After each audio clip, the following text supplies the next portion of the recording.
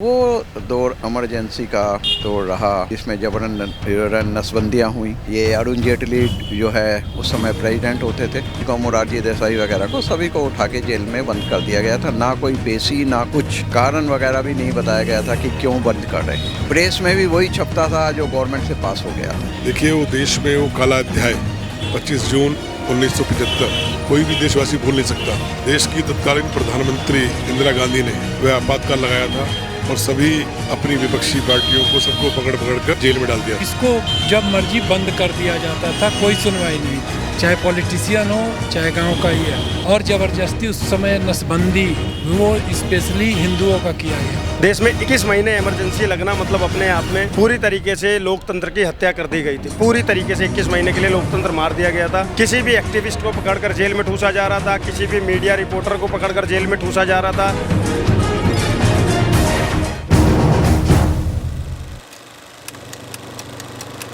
अब आजकल जैसे 10th 12th पैटर्न है, उस समय हायर सेकेंडरी पैटर्न होता था दिल्ली में। मैंने 11th क्लियर की थी और ताज़ा कॉलेज में एडमिशन उस समय मेरा हुआ था। तो वो दौर देखा जिस समय यूनिवर्सिटी में के जो बड़े लीडर्स उस समय जो डूसू के प्रेसिडेंट, ये अरुण जेटली जो है उस समय प्रेसिडेंट होते थे डूसू के, और भी जो लोग थे, इन सब को उठा के जेलों में बंद कर दिया गया था। जो और लीडर थे बड़े बड़े, अटल बिहारी वाजपेयी जी, जॉर्ज फर्नांडिस, अडवाणी जी, मदन लाल खुराना, दिल्ली के भी जो बड़े बड़े लीडर थे, कंवर लाल गुप्ता वगैरह। उस समय कंवर लाल गुप्ता भी दिल्ली के एक बहुत जो है जनसंघ के प्रोमिनेंट लीडर होते थे। और इस तरह से जो है सभी को, मोरारजी देसाई वगैरह को सभी को उठा के जेल में बंद कर दिया गया था। ना कोई पेशी ना कुछ कारण वगैरह भी नहीं बताया गया था कि क्यों बंद कर रहे हैं। प्रेस में भी वही छपता था जो गवर्नमेंट से पास हो गया था। बिना सरकार की इजाज़त के सरकार की आलोचना करना, इंदिरा जी की या कांग्रेस की आलोचना करना एक अपराध माना जाता था। जिसको मर्जी हुआ रातों रात उठा के घर से अपने बंद कर दिया।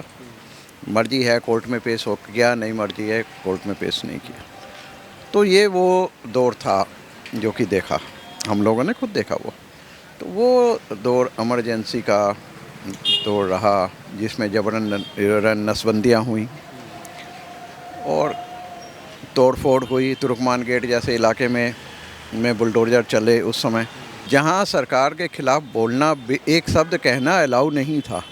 और अब आज की डेट में पूरे टीवी चैनलों पे जहां मर्जी पब्लिकली, अभी इलेक्शन भी हुआ, आप सरकार को, सरकार के मुखिया को खुलेआम। देखिए, वो देश में वो काला अध्याय 25 जून 1975 कोई भी देशवासी भूल नहीं सकता कि जब देश में आपातकाल लगाया गया था। देश की तत्कालीन प्रधानमंत्री इंदिरा गांधी ने वह आपातकाल लगाया था और सभी अपनी विपक्षी पार्टियों को सबको पकड़ कर जेल में डाल दिया था।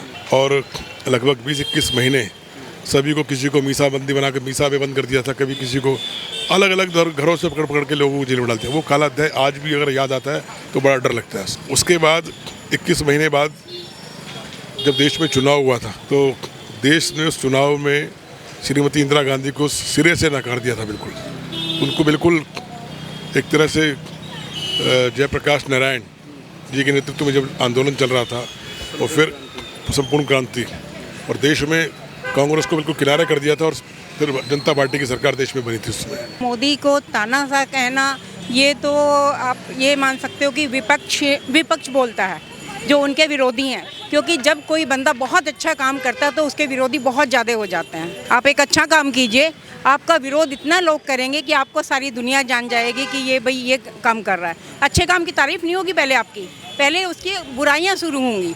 तो इसीलिए लोग नरेंद्र मोदी जी जो करते हैं, मतलब जो कहते हैं वो करते हैं, इसलिए लोग उनको तानाशाह कहते हैं। और जो 1975 की बात है, उसमें तो बेकसूर लोगों को जेल में डाल दिया था। संघ के लोग जो देश के लिए कार्य कर रहे थे, स्वयं सेवक, जिनका किसी उससे राजनीति से कोई लेना देना नहीं था, उनको उठा कर जेल में डाल दिया था। किसको ने जेल में डाला? सारे बड़े बड़े नेता जो मतलब देश के लिए कर रहे थे, जिन्होंने राजनीति, अब की राजनीति में और उस टाइम की राजनीति में बहुत अंतर था, बट सारे जेल में डाल दिए। और किसी को कानों कान खबर नहीं होती थी कि बंदे को कहाँ से उठाया, कैसे उठाया, कहाँ पहुँचाया, ये भी नहीं पता होता था कौन सी जेल में डाल रहे हैं। तो तब के उसमें आप ये देखिए ना, तानाशाह वो थे या नरेंद्र मोदी जी तानाशाह? अगर नरेंद्र मोदी जी तानाशाह होते तो आज हमारे देश की जो विदेशों में एक मतलब एक हमारा नाम है विदेशों में हमारा। आप ये देखिए ना, हमारे देश का झंडा लेके पाकिस्तानी निकल आते हैं बाहर, तो वो तानाशाह हो सकता है क्या इंसान? आप बताइए। इसको जब मर्जी बंद कर दिया जाता था, कोई सुनवाई नहीं थी, चाहे पॉलिटिशियन हो चाहे गांव का ही है। और ज़बरदस्ती उस समय नसबंदी वो स्पेशली हिंदुओं का किया गया।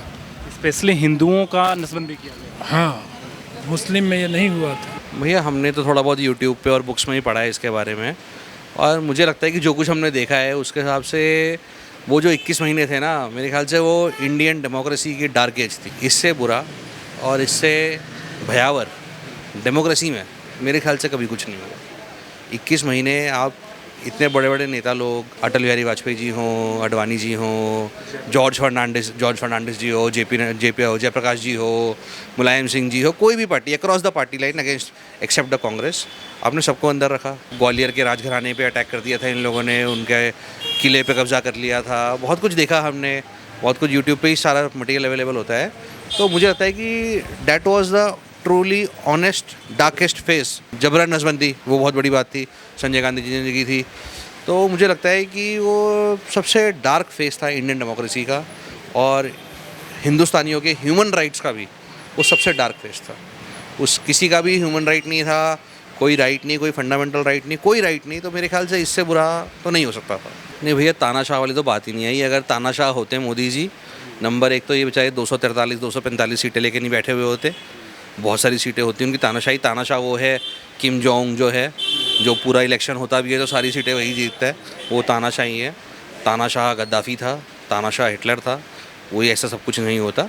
और अगर ट्रू सेंस में देखा जाए तानाशाही, तो जो 21 महीने तानाशाही की गई थी वो इंदिरा गांधी ने ज़्यादा करी थी। काफ़ी टाइम से हम लोग सुनते आए हैं कि जो इंदिरा गांधी द्वारा जो इमरजेंसी लागू की गई थी, उसमें किस तरीके से पूरे प्रजातंत्र को बंदी बनाया गया था, वो काफ़ी इस देश के लिए काफ़ी दुर्भाग्यपूर्ण रहा था। तो वैसी चीज़ें फ्यूचर में यानी अगर सोचे भी तो यानी ऐसे हालांकि अभी पॉसिबल नहीं है, बट जो भी था काफ़ी दुर्भाग्यपूर्ण था। हाँ, जिस तरीके से लोगों को गिरफ्तार करना, यानी लोगों को क्या, यानी जो आपकी देश की आवाज़ है हर तरीके से, चाहे वो कोई नेता है या कोई जुडिशरी का है या सरकारी जो कर्मचारी है, उसको किस तरीके से दबाया गया, प्रताड़ित किया गया उस इमरजेंसी को लागू करने के लिए। इतिहास में या हमारे यहाँ के इंडिया के इतिहास में ऐसा पैच है वो कानून, काला एक धब्बा है, जो शायद हमेशा जब भी साल आएगा ये या दिन आएगा तो हमेशा याद रहेगा, और याद रहना भी चाहिए। क्योंकि जब ये सब हुआ उसके बाद मैंने ये सुना कि कांग्रेस ने काफ़ी कोशिश करी इस चीज़ को कवर करने की, कि भाई लग गई कोई बात नहीं, अब तो कभी नहीं लगेगी, ऐसा तो कभी नहीं हो सकता। पर ये क्या है ना, इंसान को बुरा वक्त नहीं भूलना चाहिए। एक कहावत है ना कि अच्छा वक्त आ जाता है तो कई बार लोग क्या करते हैं, बुरा वक्त भूल जाते हैं। जैसे आजकल हो रहा है, जैसे जिन लोगों ने मोदी जी को आरक्षण और उसके हिसाब से या कांग्रेस की बातों में आकर लोगों ने वोट नहीं दिया कि मोदी जी ने कुछ काम नहीं किया, ये नहीं किया, तो आप 10 साल में आप आज इतना अच्छा हो गया देश इतना मजबूत हो गया, तो इंसान भूल चुका है कि 2014 से पहले क्या होता था। 2014 से पहले अखबारों की ये हेडलाइंस होती थी कि आज ये स्कैम हो गया, आज वो स्कैम हो गया।